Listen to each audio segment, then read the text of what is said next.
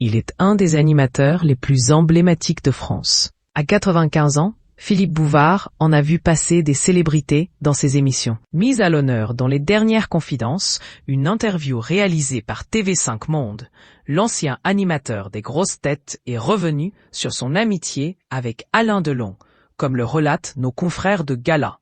Oui, j'ai été copain avec des vedettes comme Alain Delon. Il faisait des débuts à l'époque où moi j'étais déjà installé partout depuis 2 ou 3 ans. On m'avait confié Alain Delon pour le sortir. Oui, mais voilà, entre les deux hommes, leur relation a été victime d'une brouille.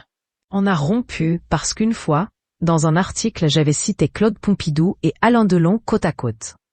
C'était venu comme ça, sous ma plume, mais on avait cru que je voulais dire que le Premier ministre Georges Pompidou, NDLR, était cocu, a-t-il précisé. Philippe Bouvard, qui a subi des problèmes de santé, est aussi revenu sur ses liens avec Brigitte Bardot.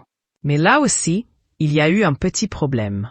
Je crois que je me suis moqué d'elle, ça a été ma tête de Turc, ma tête charmante, pendant un quart de siècle. L'animateur avoue avoir regretté son comportement. Un jour, de son côté, comme du mien, on en a eu marre. Alors ils ont décidé de se pardonner.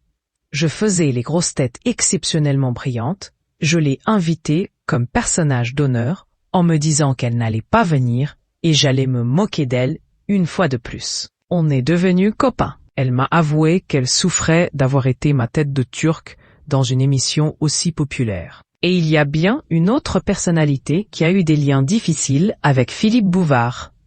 C'est Laurent Ruquier, son successeur dans les Grosses Têtes, c'est sa création, et celle de Roger Crécher, ancien directeur des programmes de RTL et d'autres grands penseurs de la station.